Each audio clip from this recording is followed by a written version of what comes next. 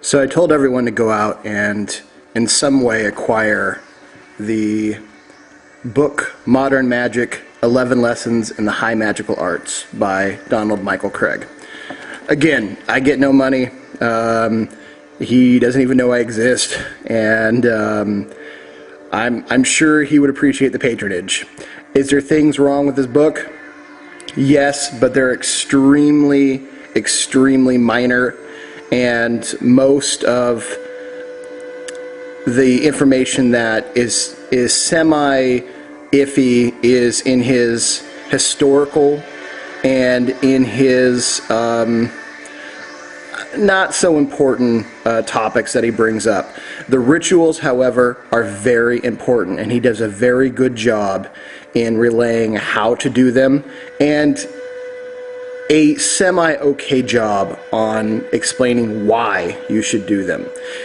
I'm going to talk about the lesser banishing ritual of the pentagram, which for a ceremonial magician is absolutely a cornerstone, if not the cornerstone, in a ceremonial magician's training. Some people even drop the lesser banishing and just call it the banishing ritual of the pentagram. It's not a lesser greater. This has to do with lesser banishing ritual of the pentagram means that you are banishing a lesser area. It has no whatsoever meaning on lesser or greater in the terms of value. All you are doing is performing a minor but vital ritual that is almost like waking up and doing, 100 push-ups, 100 sit-ups.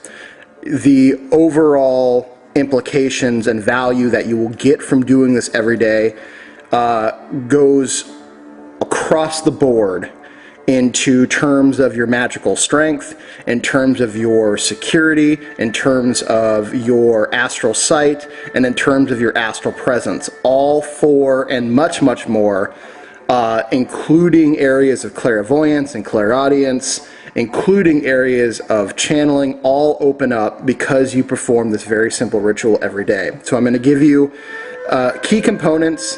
I'm not going to give you the entire ritual because I want you to go seek out this information. I want you to start learning how to be a magician, so you can use the information that I've collected, that I've worked with for the last 20-ish years.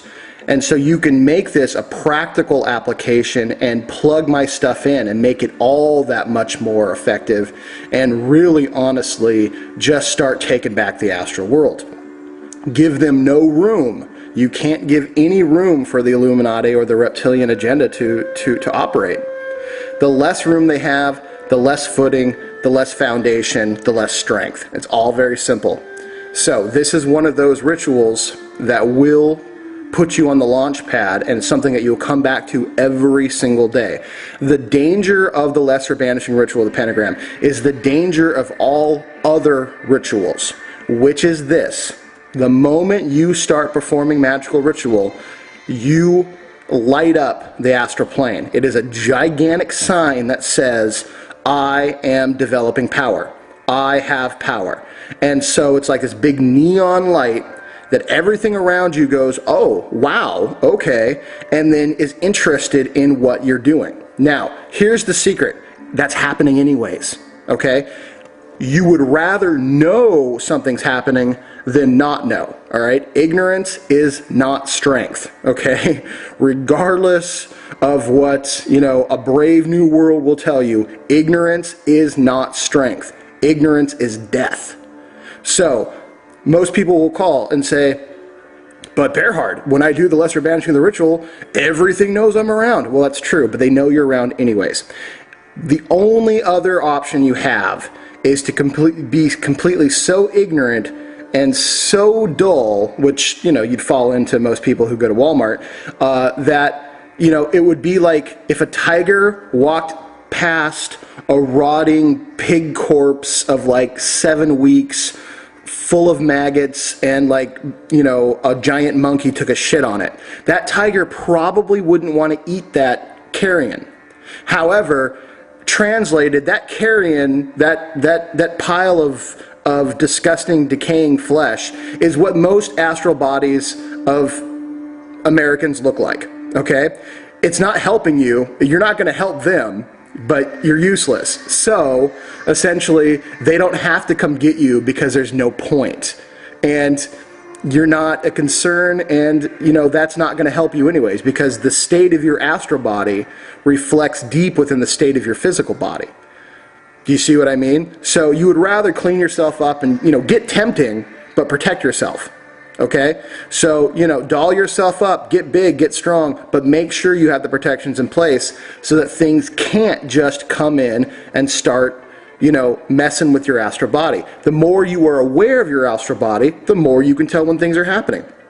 So, if you're not a giant, decaying pile of dung on the astral world, things are probably taking notice of you. And for the most part, when you do wake up, things are going to be there. We've already talked about this as part of the Faustian Pact, as part of those shadow people ideals. When you do wake up, they're already there waiting for you anyways to scare you back into, your submission. So doing the lesser banishing ritual, the pentagram, banishes them from your astral space and your physical space. It banishes them for a good 24 hours-ish. That's a good call, is about 24 hours. Is it exactly? I don't know. But once a day is protocol. Twice a day if you feel really, really attacked, okay?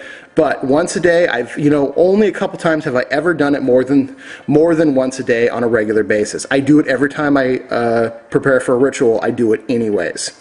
But once a day, if I have nothing else going on, wake up, do it, takes me 5 minutes, okay? It banishes those things from your space. Now, I've really sort of taken care of the individuals and the entities that have tried to keep me in my astral doldrum years and years ago. So I do it mainly now just to keep other little things away from me. I don't need, it's like if you rid your town of a bunch of gangsters that, held like a stranglehold on it, that's good. But you don't need anything else creeping back in and eventually growing that strong. So this is kind of what it is. You banish the itty bitty little stuff, and then you can work on the big stuff. Okay? Now, here's the thing. When you banish things, even the big things have to leave. You can be ready for them when they come back. And if anyone's ready and up to that, let me know. We can talk about that. But I guarantee you, it's a scary process. Astral world battles are not make-believe. They are not all in your head. You do have sometimes physical repercussions that happen from engaging in them, but eventually you're going to have to do it anyways. The world is being strangled by a financial, occultic, and evil elite. Eventually the world's going to have to throw those individuals off. So you're in the fight whether or not you want to be. All right, all these people are saying, I just don't want to fight. I just want to do anything. I just me. And that's great, so just roll over and die, because that's what you're saying you want to do, okay? Gone is the day of choosing the side. You are either with it or you're not with it. And that's your choice, obviously. I mean, yes, I guess you are choosing a side, but if you're not in the social elite, you're not going to be part of the social elite. So, think about that. Okay, enough of the rambling. Let's get to the lesser banishing ritual of the pentagram. Lesser banishing of the ritual of the pentagram that I know and from which the book talks about. First, you start with growing your astral body. You grow it past the size of the earth and well within the quiet space of the universe. In fact, you grow it so big that the Earth and the entire solar system beneath you becomes a barely noticeable speck of light. What this is doing is it's creating your astral presence. It's exercising, it's expanding your astral senses to be able to, one, imagine that, but two, begin to really step into that size. Size means nothing per se on the astral world, but humans equate big, powerful, small, weak. That's not always the case, okay?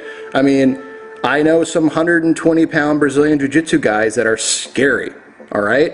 Now, I happen to be very, very strong, so You know, I'm not 100% worried about them, but they can take a bigger guy and really dismantle them.